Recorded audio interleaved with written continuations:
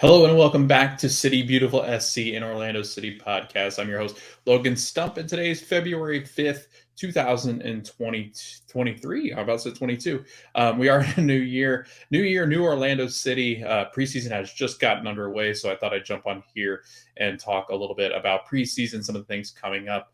How our players have looked. That we've had some new signings and transfers in, so just going to talk a little bit about some of those transfers and how those players have fared in the preseason games that we've been able to kind of follow through Twitter. I know there were some supporters last night at the Orlando City game in Osceola that Orlando allowed to come see the game. So pretty excited because we got some footage, we got some highlights. We got some supporters and some of the people that write about Orlando City able to get into the match and kind of, I guess, report on our first real preseason match with fans. So that was really exciting. So we're gonna talk a little bit about those today. We did have a preseason match, MLS match against Minnesota United, and then we played Florida International University. So two games that I think will get us kind of ramped up and geared up towards the latter half of this preseason. The preseason, I think we got a couple more games. We're kind of going to go through the schedule here in a little bit. But first, I want to welcome you guys. This is the second episode. We did not have an episode last week just because there was just not a whole lot happening just before the preseason matches. The boys did report to preseason. It is being held at Osceola Heritage Park, which is down here in the Orlando area. I think it's just about 25 to 30 minutes south of the actual stadium itself, Exploria Stadium in downtown Orlando. But I want to welcome you back to the episode. If you found this episode based off of our last one, thank you for coming in and listening. I really do appreciate the support so far. Had some follows over on Twitter, had some good listens for the first episode of the year, kind of catching up on the preseason. So if you haven't checked that out and you want to kind of know, where the team stands and where we're heading into in 2023, I highly recommend going and listening to that episode. You can get that episode anywhere that you're going to listen to podcasts. The main ones like Spotify, Apple Podcast, Google Podcast, and also I think it was YouTube that most people are getting these podcasts. We do a YouTube video along with the audio. So if you want to check out what this face looks like in behind this voice, then check out our YouTube channel. If not, then I totally understand. It might not be too exciting for people to listen to or watch on YouTube. So you can head over and listen to it anywhere that you get your podcast. But thanks again for following along. But yeah, let's get this thing started. Hope you guys are doing well. It's a beautiful day here in Orlando. I'm about 25 minutes, 30 minutes from the downtown area as well. That's roughly everybody in Orlando. Just depends on traffic, sometimes 45, depending upon the traffic. But yeah, it's a beautiful day here. It's in the 70s. It is a Sunday. The last couple of days have been in the 80s. It was a beautiful day yesterday to go and catch a match if you were able to kind of get out and see Orlando City, because they did allow some of the supporters, I think one of the supporter groups, one of the big ones in and around Osceola, just to kind of take pictures with players, autographs. I know there were some writers that went that kind of cover the game from an outside perspective. That's my cat that just jumped up if you're watching the video. She likes to make appearances in this podcast. So if you didn't see her in the last podcast, that is Hazel, big Lions fan. But yeah, she'll make some random appearances. So I do apologize if it's a little bit alarming. So yeah, let's get into what's going on over the next couple of weeks. Today is the 5th. This recording will go out on the 5th, Sunday, is when I usually try to upload these podcasts. And then I'll probably tweet it out Sunday afternoon, Sunday evening, and also again on Monday for those that are catching up on Monday for their podcast on your drive to work or wherever you might be going on Monday morning or evening. So hope you guys follow along, but here are a couple things and dates that you guys can be kind of looking out for Orlando City to kind of give you an idea of when preseason is going to carry on, when it's going to end, and what you guys can do to go see some preseason matches or match based on what they've released through the club website, orlandocitysc.com, over on MLS.com, MLSsoccer.com, sorry. So February 11th, which is Saturday, is going to be a preseason match versus the there's one coming up on Tuesday. Sorry, I jumped ahead. I thought I'd read it right. Tuesday, February 7th, preseason match versus an opponent that is to be announced, closed door. Right now, I don't think it is announced as to who they are playing on Tuesday. On Saturday, February 11th, preseason match versus the Colorado Rapids. The 15th of February is going to be a preseason scrimmage against Stetson University. These are all in Orlando. A lot of the teams that are in colder climates came down to Florida. A lot of them are staying in and around the Orlando area. Also, there are some teams staying just south of us or north of us and kind of traveling, kind of like a spring training, I guess you would say, if you watch some baseball. Coming down for the warmer climates to play here in Florida. And then on the 18th of February is the first preseason match that they're going to allow all fans to kind of attend.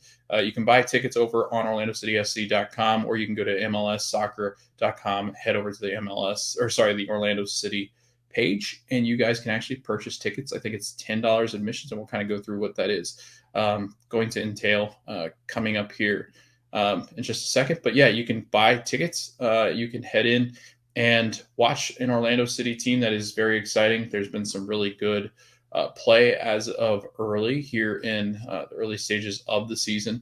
But yeah, if you guys want to go ahead and purchase general admission into that the February 18th game, which is a Saturday, the week before they play the Red Bulls at home to open the season, general admission is going to be $10.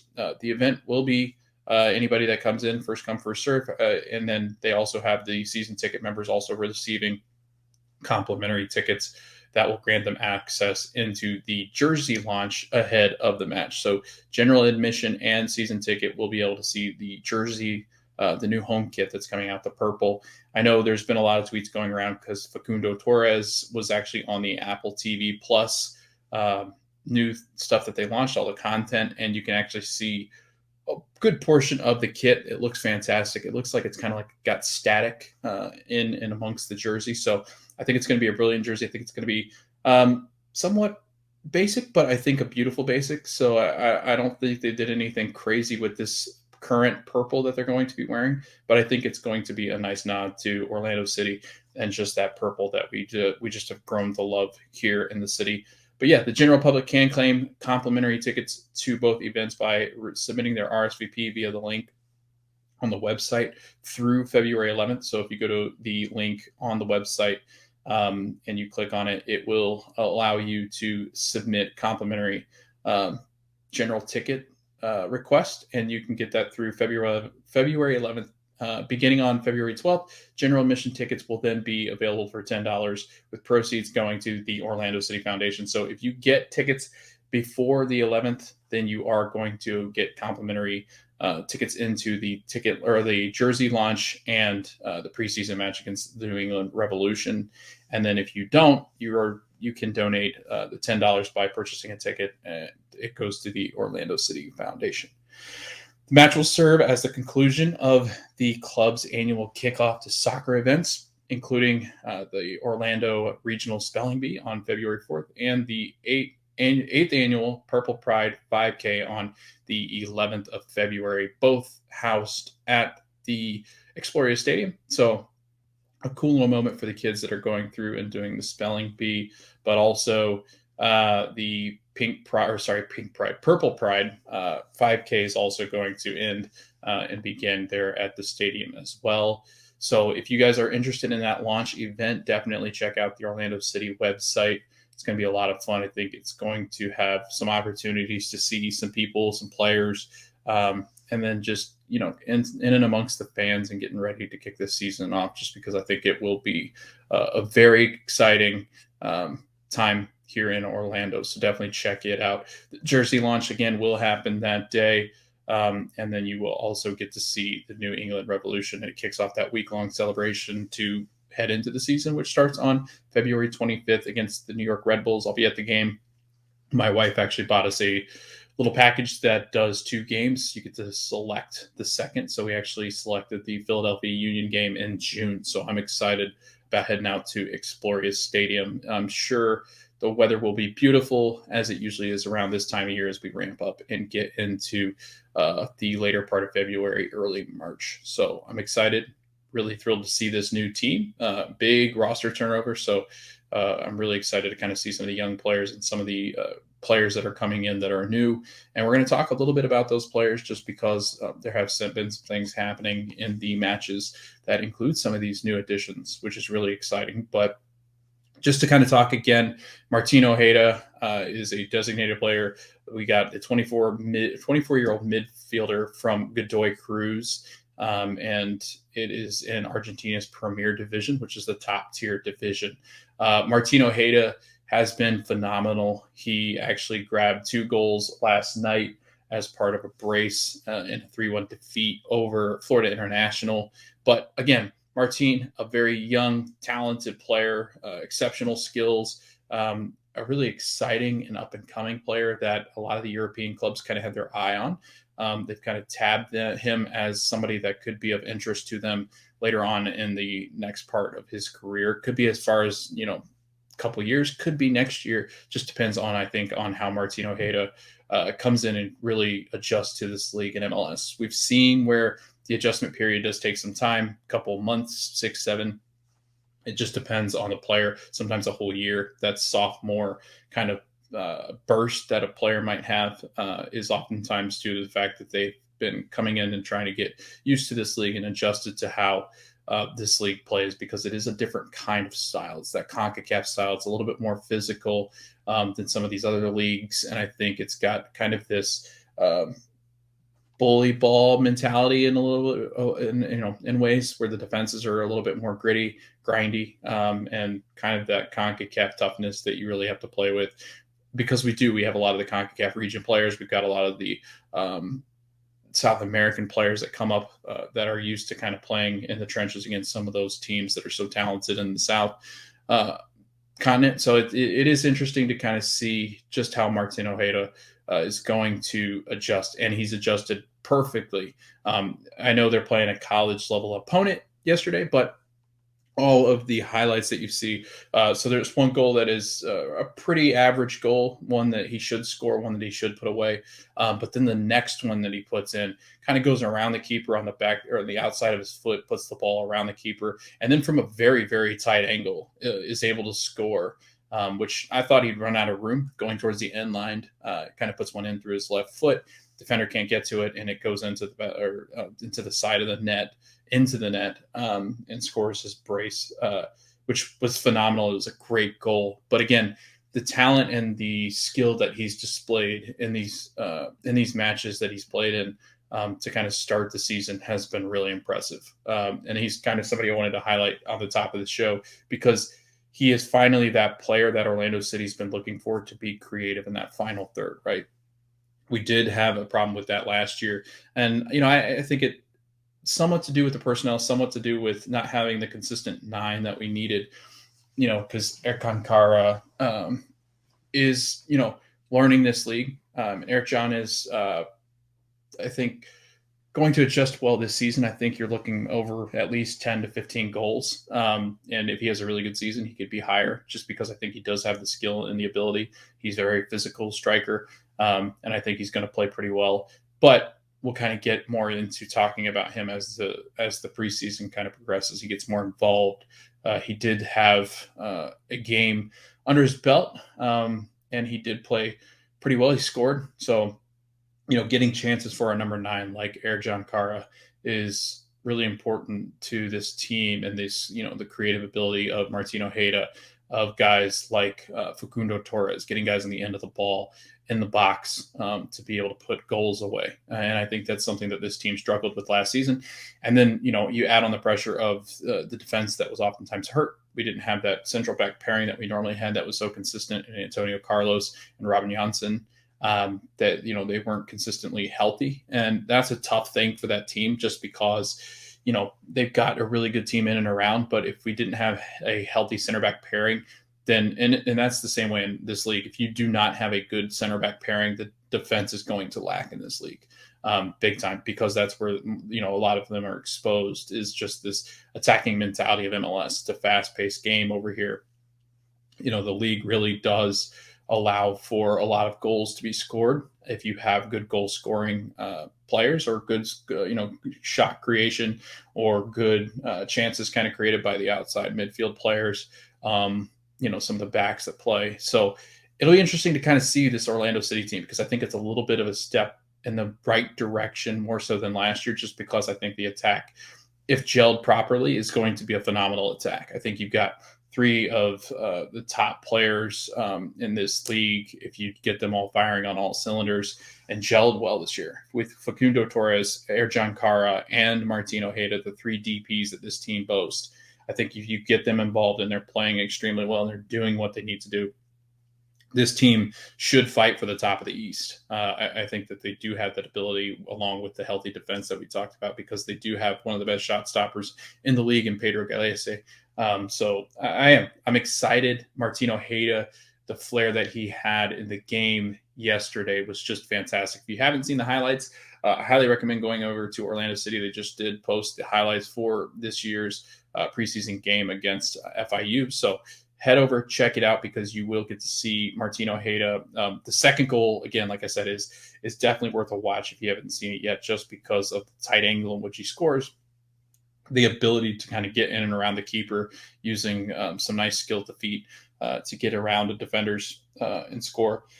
And there's been some other impressive pieces just for this Orlando City side. And a lot of the guys, this team hasn't seen the starting 11 that I think it's going to see to begin the season, just because Facundo Torres is currently in Uruguay.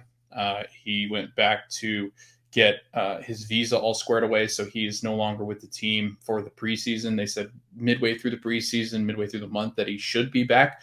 I'm hoping he's back, because sometimes those visa things can be kind of an issue where it delays players' starts to seasons. And I think that this team really would benefit from obviously having the guys all together on opening day, the 25th. Because the more run you get to start the season, the more rust you can kind of knock off, because the first, I would say, 5 to 10 games, it's a lot of the team just trying to figure each other out, right? It's trying to figure out, how do we play together? How do we create chances? How do we defend? How do we, put up a fortified wall in front of the net? Just because it's a lot of new guys, especially this team in particular, just because a lot of the Eastern teams at the top of the East, who we're going to be fighting for positioning, I think, in the top 4 of the East at least, is, they're a team that have had their core guys together for some years, that I think will be challenging. You've got New York City FC, who's got still some of their players intact that I think are going to be pretty talented. And then NYCFC always adds players because they do have the money to do so. I think, they're definitely weaker than they had been. But it's definitely a team that has played together for years, and their core group has stayed somewhat intact enough for, I think, they pose a challenge to the East in that way. You also have Nashville SC coming back to the Eastern Conference from the Western Conference, and they had one of the best stretches of seasons when they played in the Eastern Conference. The Eastern Conference, I do feel, is a bit weaker than the West. So it is easier to kind of compete and get top positions in the Eastern Conference. So I think that helps Orlando City in a way that I think, if they were in the West, then they'd be battling for that bottom side of the playoffs. Whereas I think they could really logistically, if this team does gel like some of them think they could, this team could be pretty special. And under 1 year of, kind of this revamp of this team, I think you could see them legitimately fighting for a home playoff spot to start the season. But we'll get into season previews and predictions here in a couple of weeks. But before we do that, again, I thought I'd jump on here, talk some preseason, talk about some other guys that were impressive during this preseason. Luca Petrasso, who was a defender for Toronto FC, was acquired in November during a club trade. Is an exciting piece for that back line. The left back is going to kind of provide some stability in positions. Left back, he could, I think he could play anywhere on that back line, but he does kind of provide that depth piece that you really need to have success and to stay consistent defensively. Again, like I said, Orlando City really did struggle last year defensively, and I think part of that is obviously having players that are healthy, that are guys that are going to get you 30-some matches, right, played. If they played 30 matches, then fantastic. And I think that was something that they relied heavily upon and got for the most part with some of these good defensive years that they've had recently. But as years have gone on, you've kind of seen Antonio Carlos and Robin Janssen dealing with some injuries. dealing with the aging, father time. About to say Mother Nature, obviously Mother Nature, because Orlando's pretty awful as far as weather, but dealing with father time, Antonio Carlos and Robin Janssen. The older they get, it's going to become more difficult to stay healthy for 30 some games in a season, playing over 2,000 minutes and getting the kind of run that you need to stay consistent. They gave up 53 goals last year. And just to kind of put that in perspective, the teams above them were not playoff teams. As far as like giving up goals, they just didn't provide what they needed to really stay on top of this league. I want to say FC Cincinnati and Inter Miami were the only two teams that were competitive last year, some playoff teams. And I think, Orlando City was comparative to them. And we talked often about how bad Inter Miami's, because I do an MLS overall podcast, Stateside Soccer Show. And we talked about how Inter Miami and Cincinnati both struggled mightily on defense. And, that this team is, they cannot survive in the playoffs. They cannot do what they need to do to advance in the later stages of the playoffs, because you've got to be able to defend in this league. Well, Orlando City's right up there with them, giving up similar amount of goals. FC Cincinnati and Inter Miami both gave up 56 goals. And while we only gave up 53, I did feel like Orlando City was not just the stalwart defense that I think they could be if Janssen and Antonio Carlos both stay healthy. So, I think Orlando City's got to look at different pieces. You obviously got Kyle Smith. Rodrigo Schlegel is a nice option off the bench, but I don't think he's your starting center backs that you really need to kind of propel your team forward. I think he's a nice third option. I think he's great to kind of fill in. He does the job well. He's a workman, right? He just likes to get in there and kind of muck things up, and I love that. I think you can get 15 to 20 matches out of him, dependent upon his health as well. As long as Janssen and Antonio Carlos stay healthy, you're looking at 20 matches where he's coming in maybe as a sub, or with all the competitions that they are playing in this year, which we'll kind of talk about in this episode too. It's important to have that central core, and they've got a good core. Those three can stay healthy. So I like the center back pairings, and then you add in a guy like Luca Petrasso. You've got Kyle Smith, right? You've got Mikey Holiday, who's eventually going to become something that I think Orlando City can kind of plug into that starting 11, and with his development, become a good piece for that defense. So I really do like what Orlando City has done defensively, kind of adding into that depth. They've asked, Felipe Martins to kind of come in and shore up that central defensive midfield. Could in emergencies play defensively, and I think he's a good defensive player as far as the midfield is concerned.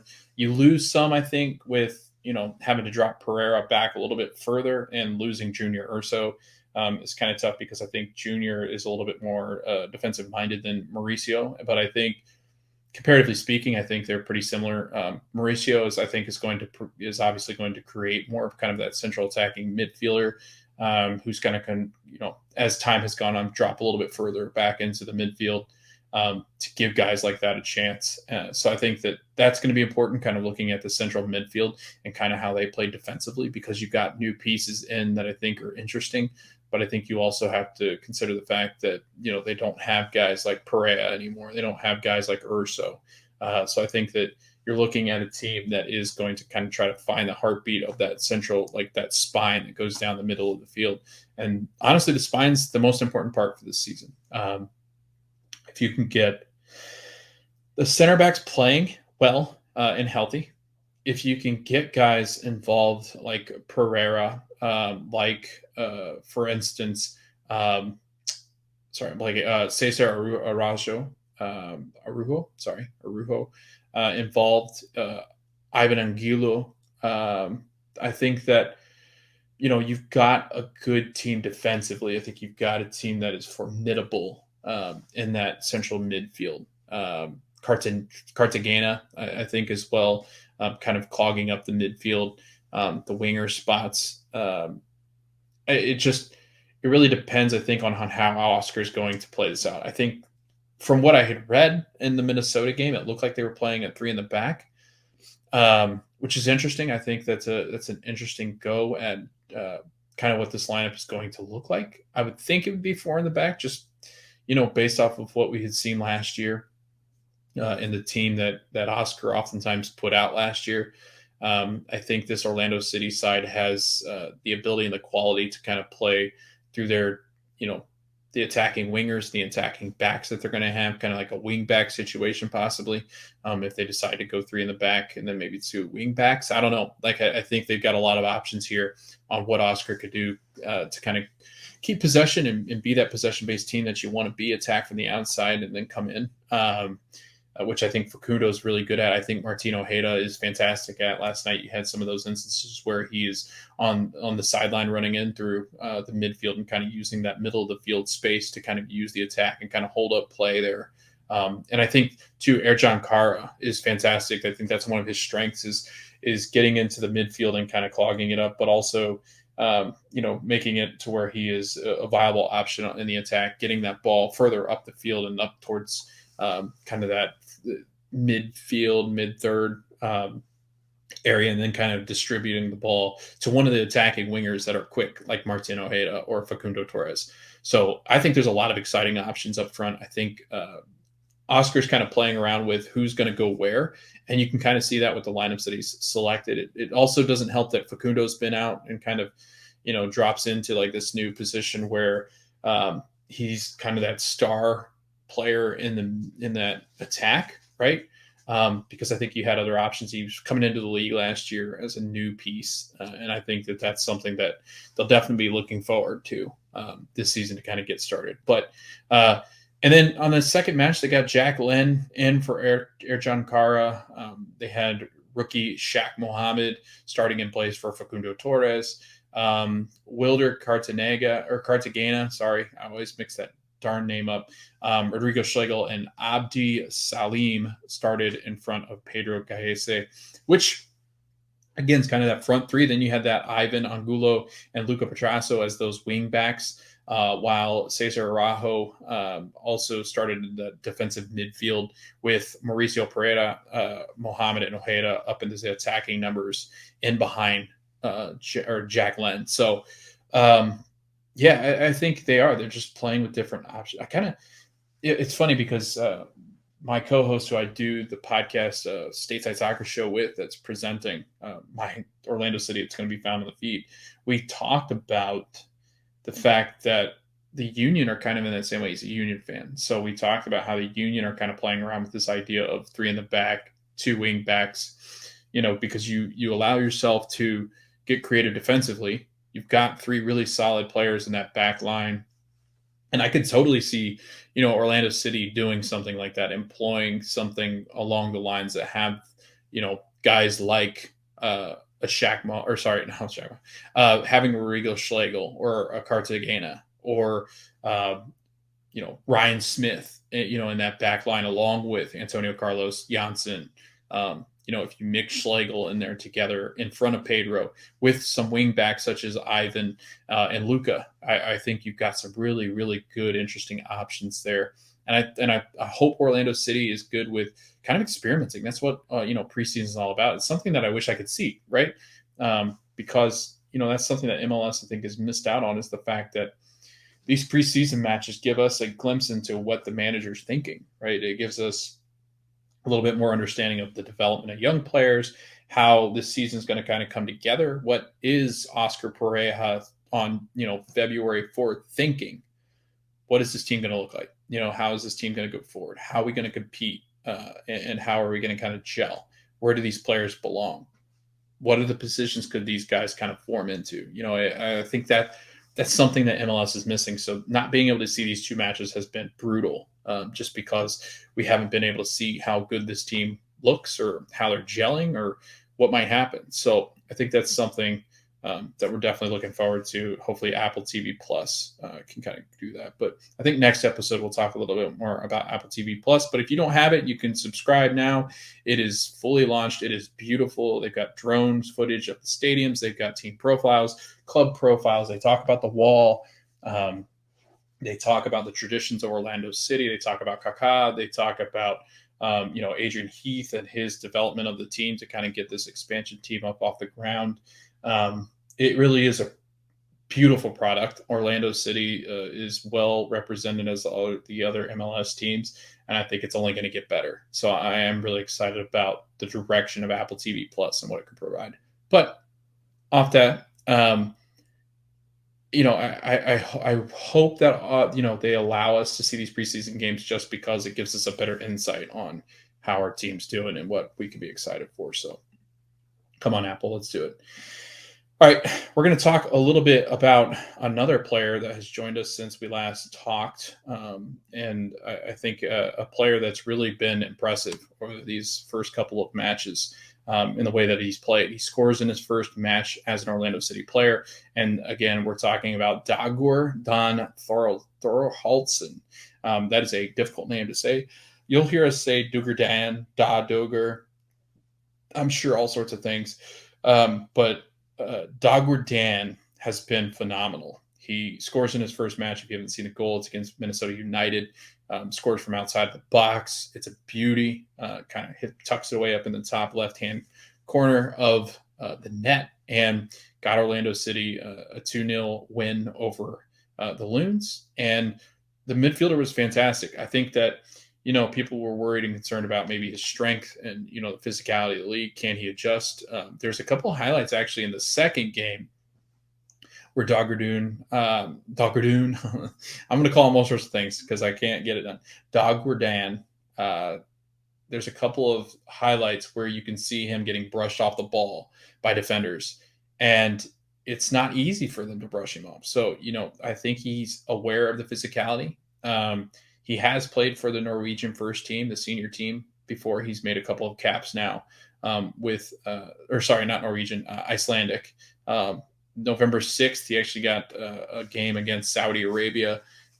He broke into that team last year in 2022. And the Icelandic midfielder looks great. I think that he's got some really good skills for a younger player. I think he's going to add to the versatility in that midfield, which is really nice. I think there's a couple of positions that he could play, whether it's going to be that attacking 10 or it's going to be kind of deeper lying in that midfield. I could even see him playing some outside attacking positions if needed. I think he's a great box-to-box player. I think he defends pretty well, and he's pretty physical. And I think that's where a lot of people are like, is he going to be physical enough? And I think he is. I think he's going to happen to, really help the attack and the defense. So really looking forward to that.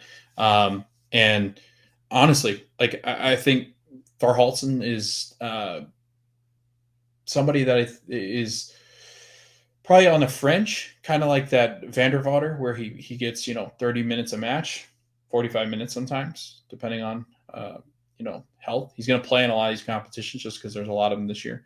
But Dagur is somebody I think that this Orlando City team is going to be really keen on, and I think possibly could work his way into a starting 11 position eventually. But I think it's going to take a year of development. I don't know if he's quite ready, but as time goes on, I think he's going to get used to this league and playing here rather than, kind of a European style. So really interested in that.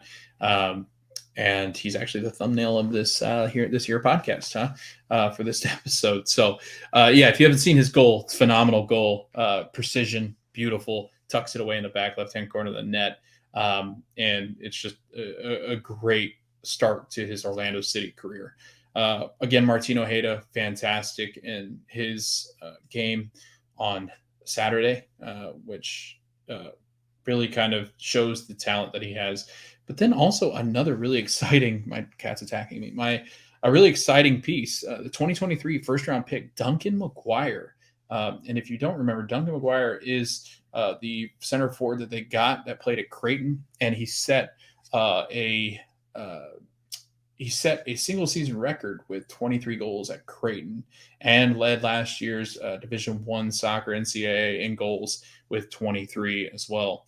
So they get a guy that scores, they get a guy with experience. And honestly, I thought Duncan looked phenomenal in the clips that I saw. He's very physical. He's a big guy, 6'1", about 200 pounds. So he's a big brute force.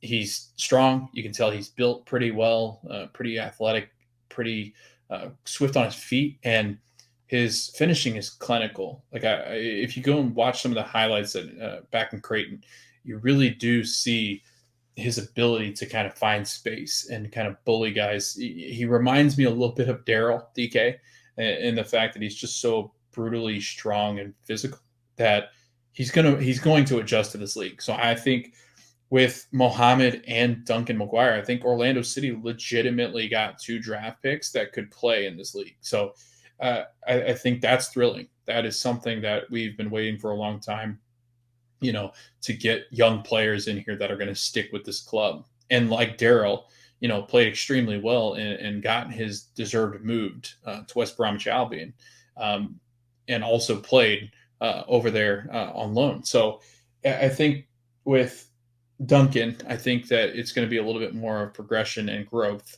whereas I think Muhammad's going to be a lot quicker just because of, I think the abilities are there more so than I think Duncan, but Duncan's got the ability to score, right? And you can't teach that nose for the goal. So I'm excited to kind of see what Duncan does and how he kind of infuses into this team. Obviously, he's not going to overthrow Ercan Kara, but I do think he's a legitimate second option up top, which is really exciting for a team that for so long has struggled to find a consistent number 9 option.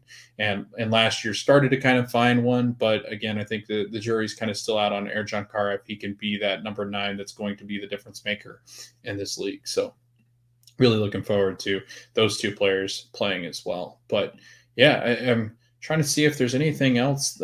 Oscar Pereira, we got one more thing after this, but Oscar Pereira said that he's excited about this team, excited about the explosiveness that they have in attack finally, with 3 of the DP players, obviously guys that you throw your whole eggs in the basket in kind of players. And I think that the eggs are really good eggs. I think that all 3 of them, Ercan Kara, people always say, Ercan did not have a great season last year. He didn't really adjust as well as he should have.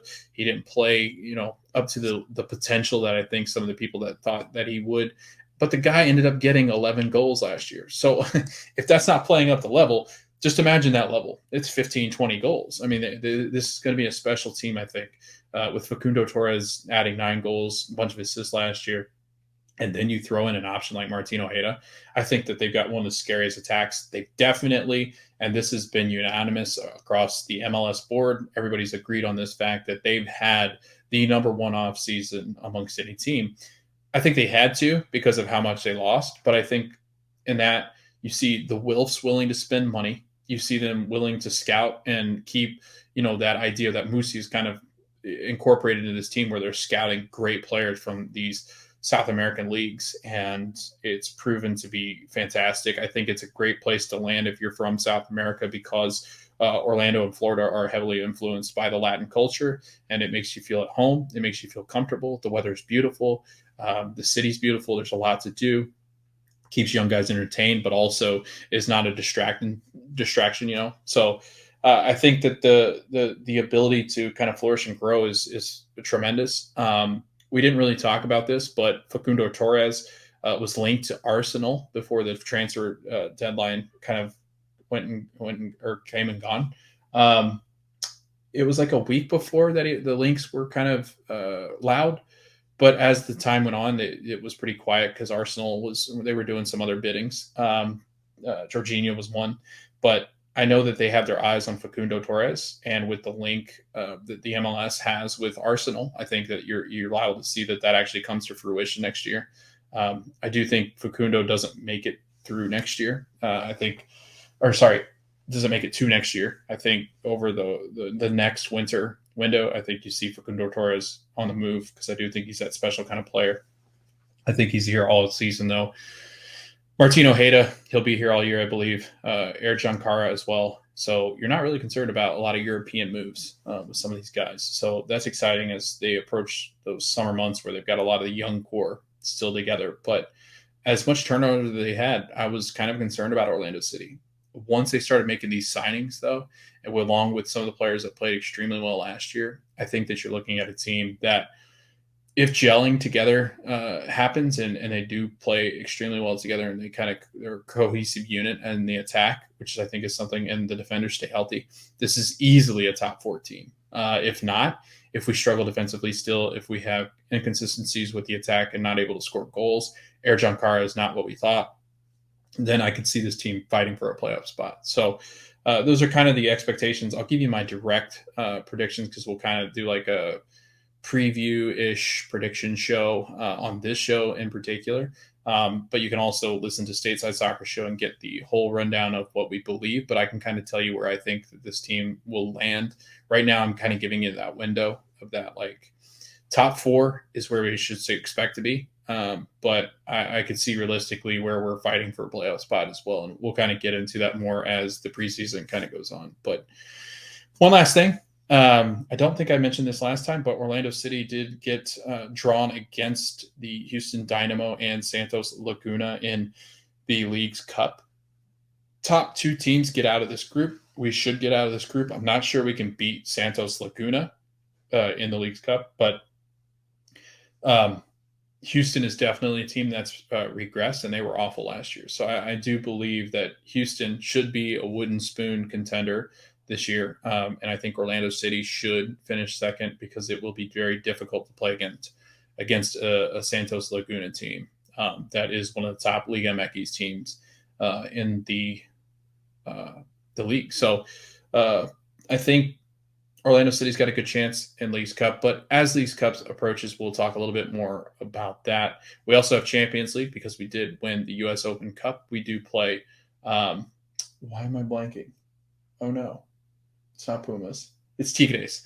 We do play Tigres in a 2-leg match. We start in Mexico, which is not ideal, against the Tigres team that their fan base is very passionate. It's going to be very loud, and I don't see us playing up to par against them just because of how early it is in the season. But we'll talk a little bit about Champions League as well. We'll talk a little about U.S. Open's Cup. But for now, those things are kind of on the back burner just because MLS season's about to start. Just wanted to give you a rundown on who Orlando City drew as far as the League's Cup was concerned. So, again, that's going to be the competition that's added back into the mix this year. And I'm excited about it just because I've never really seen it in its full-blown glory. We all haven't. So, I'm excited covering this league. It's my third year around covering the overall league. First year covering MLS as far as Orlando City's concerned, but third year covering MLS, first year covering Orlando City. So again, really excited, really pumped for the 2023 season. I think Orlando City's got some great talent, some great signings, probably the best offseason that an MLS club has seen, to be quite frank. I think that it's something that we should be proud of as a fan base. This family seems to be willing to spend the money, invest the money on the team itself, the city, and the practice facilities and everything else. So I think that we're headed in the right direction. And honestly, I'm pumped. I can't be more excited, I don't believe. So definitely follow along the season if you're interested. But if you have listened to my long-winded talk, again, I'm interested in somebody else joining the podcast. So if you know anybody that's interested in talking Orlando City, I would always welcome a co-host just because it's 45 minutes and my mouth is dry. I talk fast. I need a break sometimes. So I'd love to have somebody kind of interject, give me some opposing views, maybe a little bit more knowledge on Orlando City that I, just starting to cover the team. So a little bit more knowledge there. Pronunciation of team player names because theirs are awful. I'm awful at that. But yeah, thanks. If you have listened, if you're interested, shoot me over a message. I'd be glad to talk to you about joining me on this podcast. I'm excited about getting started. This show is presented by Stateside Soccer Show. If you're interested in all things MLS, go to Stateside Soccer Show on Twitter or at Stateside Show. And we are City Beautiful SC, an Orlando City podcast. We are at City Beautiful 13. And right now, that's all you really need to know. YouTube, I am on YouTube, sorry. You can, if you type in City Beautiful SC and Orlando City podcast, we will, of course, pop up. Even if you typed in City Beautiful SC Orlando City, you'd probably get us. But that's where we are currently. You can find us anywhere that you find podcasts as well. But Twitter is the only one that I'm currently running. I don't have Facebook or Instagram really going just yet, but eventually will once I have some time to kind of sit down and do those. But thanks for listening. If you have listened in the past, really appreciate the support so far. Let me know in the show notes how it's going. Give us some reviews, like, subscribe. all those fancy things. And we look forward to speaking to you guys again. I will have an episode next week to kind of cover some of these preseason games. We're now going to get back into the weekly routine. Last week I did not do an episode because there just wasn't enough to talk about for substance. But now that we're fully into preseason mode, we are going full-fledged, and I really look forward to talking to you guys weekly on a weekly basis, and maybe even more. So look forward to talking to you guys again. Thanks for listening, and we will see you again next week. Go Lions.